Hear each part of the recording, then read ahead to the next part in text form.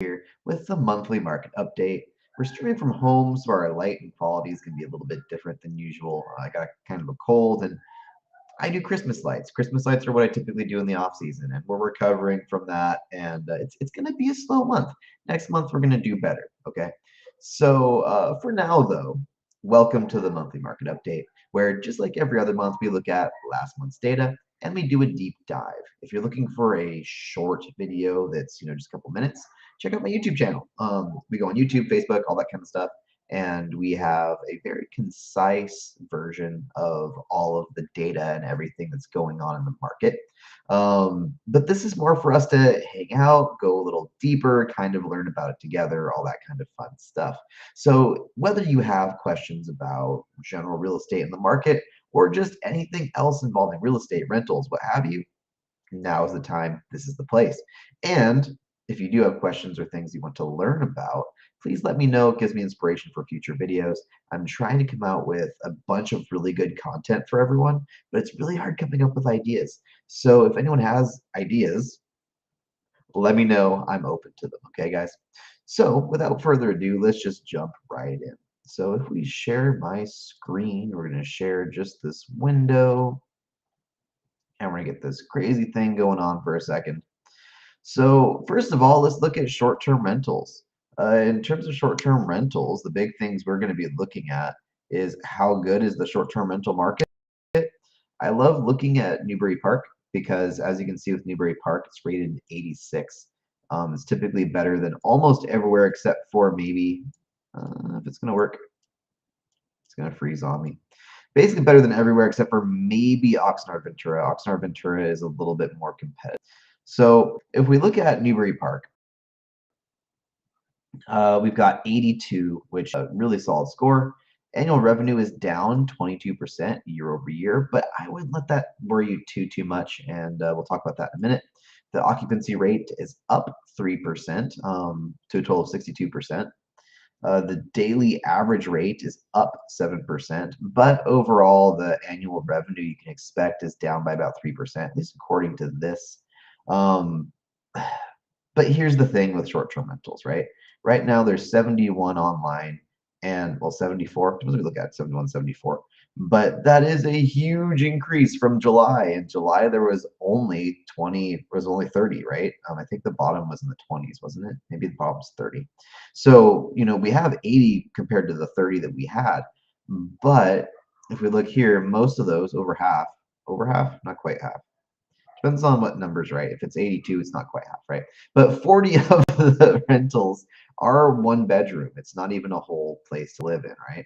5+ bedrooms, there's only 3. 4 bedrooms, there's 9. 3 bedrooms, there's 8. 2 bedrooms, there's 7. So the vast majority of the rentals are just rooms, which are going to mess with the total revenue and all these average numbers because depending what you're renting out, right? 1 bedrooms are renting for less than 3 bedrooms, so it's going to mess with our averages. So again, if you're thinking about getting into that space, it's not a bad time. You are looking at an average annual revenue of around 50K, but again, it's going to vary a lot based on the size of what you're renting and what amenities you're offering. So overall, the short-term rental market is going solid. No complaints there. And again, we can look at any small if anyone wants to see that. Where's my chat? There we go. Okay. So in terms of the market, here's Ventura County for December 2023. So overall, as you can kind of see, the number of listings dipped, but it always dips in the wintertime. It's totally normal. Listing prices took a little bump down. Again, pretty normal for this time of year. The absorption rate went way down. That's not super normal for this time of year. Normally, we see that climbing up consistently. And the sold to list ratio is down. So, people are selling for less than they're listing for. We're seeing a lot of really optimistic buyers lately. The days in the MLS are up, again, pretty normal for this time of year. And the price volume is down, normal for this time of year. So to me, the big questions are, what are the year over year numbers looking like? Because again, seasonality plays a big part in December, right? So overall, the absorption rate this year was 2.05 compared to 1.84 this time last year. That's an 11% change. Now, the absorption rate is what would happen if we stopped listing homes today How long would it take for us to completely sell out of inventory? In a healthy market, which is like buyers and sellers are about even, typically that's considered between 4 and 6 months supply, or six for the absorption rate. So anything less than around 4 is going to be a seller's market. Anything above, depends on who you talk to, above 4 or above 6 is going to be a buyer's market. So we're still in a very strong buyer's market, but I'm sorry, a very strong seller's market, but it's a little bit more friendly for buyers than it was. Okay, so still a strong seller's market. If you're thinking about selling, it's a good time. Very, very strong seller's market. What we are seeing a lot of, or at least what I'm seeing a lot of, is dreamers. So most listings are selling. There's off the shelves. They're flying off the shelves. But there's a lot of sellers that are picking prices that are just not appropriate. I was talking with a expired listing yesterday, and he was dead set on using the Zestimate, the Zillow price for his home, which was around, I think it was $700,000. I think it was $700,000, 699.99 is what he did. And you guys know why 99999 is a bad idea. Talk about it every other video, right? But in this case, it was pulling from the Zestimate from Leisure Village next door, which completely messed up all the math. And so really his home should, I'm not sure if his home's going to sell for even 600,000. I'm not sure. So he's probably $100,000 over what he should be. So we're seeing a lot of listings expire because of that. A lot of listings stay on the market because of that, which is messing with our numbers. But we're seeing homes that are priced fairly gone in just a few days. Let's check in messages again. So in general, still a very, very strong seller's market, but we are seeing some homes sit. We are seeing a little more friendly buyer conditions. We're not seeing as many crazy offers. We're not seeing as much craziness in our bidding wars. In terms of the average list price is up 17%. Now, average, I don't love. I like median more. This is all for Ventura County. Wow. So I prefer using the median more, but even if we look at the median, we're up around 15% year over year. For median list price. That's going to be the funniest thing again, list price. Median list price is up 15%, but the median sale price is 7.24. So again, we got a lot of dreamers listing really high and getting smacked by reality and coming down 7% basically. So the median sales price countywide is $815,000. That's up from this time last year when it was $760,000. So while we are seeing a decrease month over month, it's that time of year, we're seeing an increase year over year, right? And especially even when we look at the average sales price, which takes in a lot of different home values, right? Because we've got some luxury, we've got manufactured homes, a lot of things that really mess with this. Even in the average, it's up 3.4%. Again, days on market is countywide around 45, which is down from 55. And the median days on market are 29, down from 35. So stuff is selling faster than it did this time last year. It is selling for more money than it did this time last year. And overall, it's a great time to sell, especially if you're looking to buy something new. The number of sold listings is currently down. We've been down all year. There's less inventory. Rates are higher. There's so much activity in the last couple years, I think, that people are kind of chilling out a little bit. We're down 27%, which is better than it's been. It's usually been in the 30s in terms of like less activity. So not as many homes sold. And then typically when we see homes going active, which would be this guy, this is what's going to be our bigger tell. Number of new listing or active listings are down 22%, and number of new listings are down 28% year over year. So stuff is slower, but it's been slower. Again, we don't have 3% interest rates anymore, right? So stuff's going to naturally slow down a little bit. Let's see real quick. How are we doing? Any questions? All right. So outside of outside of the Ventura County, we can look at individual markets. If you want to talk about your market, let me know. But for now, we're going to stick to kind of the stuff that's neighboring me. So first of all, Newbury Park, which is my home turf. there's just nothing going on, right? Stuff is really quiet. Even our days on market stuff aren't showing up because there's just nothing selling. It was a really slow month. So for Newbury Park, I don't have much to say because none have sold. In terms of Moore Park, we are seeing the absorption rate again. It's actually down. It's at 1.77, so a stronger seller's market than average. The median sales price is 915, and the days on market are 49. Median days on market are 40. So when we have CDIM, that's the total days on market. That's going to be including cancellations, including pauses, all that kind of stuff. So it tends to be higher than just DIM, right? So that's the actual time it should take you to sell your home, around 40 days. When we look at Simi Valley, really low absorption rate, only 1.52, down from 2.01 this time last year. The median sales price, got to look at the sales price. Median sales price is 761 compared to 738 this time last year. It's a 3% increase. Days on market are around 28, 20 to 36, if you want to do median or average. For Westlake, we've got so Westlake's always different. So like when we're looking at Simi is more of a lower priced average home buyer. Westlake's more luxury. So we tend to get a little more weird behavior out of Westlake, right? So overall, we're seeing the absorption rate sitting at 2.62, which is a 23% increase. So we're actually getting pretty close to that 4 that we need, right? We're getting closer. The average list price is going to be 2.67, but the average sale price is only 1.6, not quite 1.6. The median sales price is 1.47, which is an 18% increase. I think Westlake's probably our #1 community that I have people coming to me and saying the market is awful, they can't sell their home, everything is going bad, but they have an 18% increase year over year in their prices. Again, I think it's just greed, folks, not really understanding the true value of their home. Because again, still a strong seller's market, prices are way up, days on market are way down. Talk about the dream for sellers. For buyers, it's not great, but for sellers, everything is looking up, right?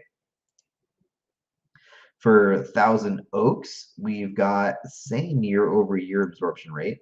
We've got our median sales price up 15% year over year. So Thousand Oaks is a great place to be. If you bought this time last year, you've made over $100,000 already just in the last year.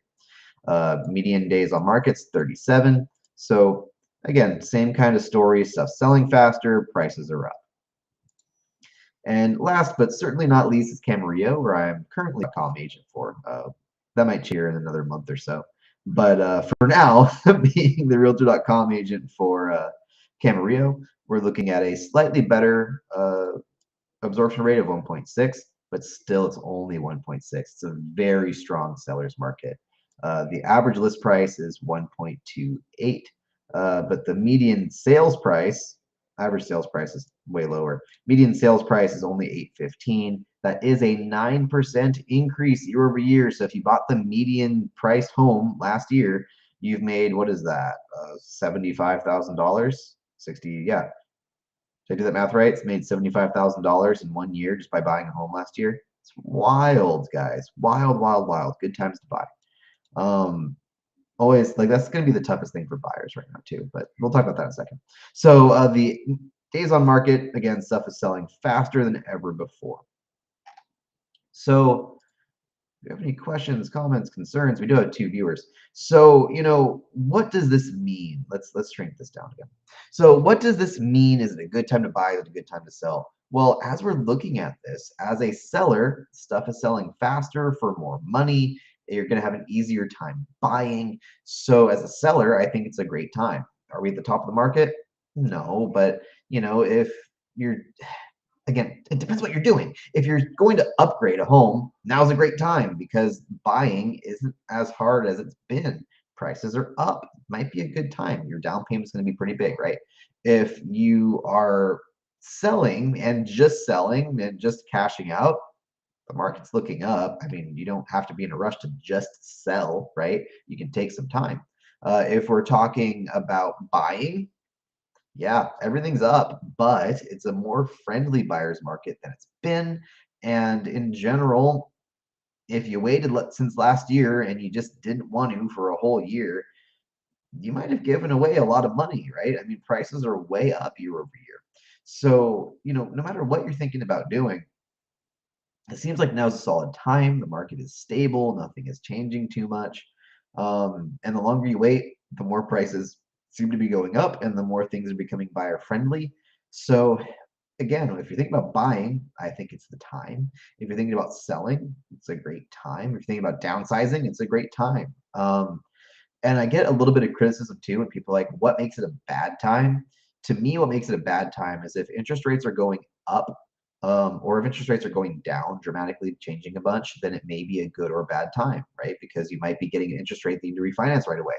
If you are, if the prices are dropping, maybe as a buyer you wait a little bit because it doesn't really feel good to buy and then have prices go down. So I'm not seeing any of the conditions that I would consider it to be a bad time to buy or sell. So what do you guys think? It's a good time to buy, a good time to sell. Do you want to look at anything? I mean, we've got our Airbnb data here. We've got the market stats up. Can I help you guys find anything? Um, the lives are going to be longer when people are here to hang out and chit chat and have questions. But just overall, that's kind of the market. It's pretty stable across the board. We're seeing a little bit better buyer conditions, but still strong sellers market. So if there's anything I can help you guys with, just let me know. And again, if we have comments, I'd love to see them. So what do you guys think? Do you have any questions about the market? What's going on? Is there anything I can help you guys with? I'm gonna hang out here for the next 3 minutes. So, if anyone has questions, let me know. If it's quiet, then we'll log off right around 6:20. But that's what these lives are here for me to help you guys and interact with you. Otherwise, you can just watch the YouTube video, right? So, what can I help you guys with? What's going on in your real estate world? Do you have any big wins, big losses? You investing, buying for the first time? I'm very curious to know what our viewers are up to and what I can help with. But all of that aside, what we're going to be doing for this channel for a little bit is we're going to be looking for fun videos. We're going to try and feature things and people in the community. So if you know any small businesses or other things in the community that maybe could use the feature that might be interested in making a video, I would love that. We're going to be going over what cities are not good and bad, but what's good and bad about the cities, what areas are ideal, what's more desirable, less desirable, cool tips, tricks, that kind of stuff locally. We're going to be doing all kinds of cool stuff this year. So I really encourage everyone every Sunday, 6 o'clock, if you have real estate questions, come on in and let's take a look and let's just kind of go over how the market's going and how it can help you guys. This is just time for you, like I said. So whatever you guys need, um, this is the time. So just to kind of go over something else that I think is really, really interesting. When we're looking at Airbnbs in Ventura County, which is kind of a project of mine. AirDNA, which is a platform we used to do, or which we've always used, has opened up all of the cities to be seen. So now, if you're looking for Airbnb data or trying to learn more about it, because of the way they changed, we can do all kinds of really cool stuff and really show you guys what the market's like. I always knew that Newbury Park was the biggest. I didn't realize that Oxnard is actually has the most Airbnbs out of any city in the county. And we've got a lot of really cool data we've got access to. So if you're thinking about getting into Airbnbs or want more info on Airbnbs, this year is one of the best times we've ever had for that. So for now, that's about all I got. If you guys are thinking about buying or selling a home, you know what to do. Call Castro. I'm dying to sell some houses this year. We've got some really crazy discounts, tons of cool programs. We're going to be reviewing a lot of those in these videos. But just in general, whatever demographic you are, whether you're buying, selling, upgrading, downsizing, I mean, we've got so many things to help everybody. And I'm so excited for this year.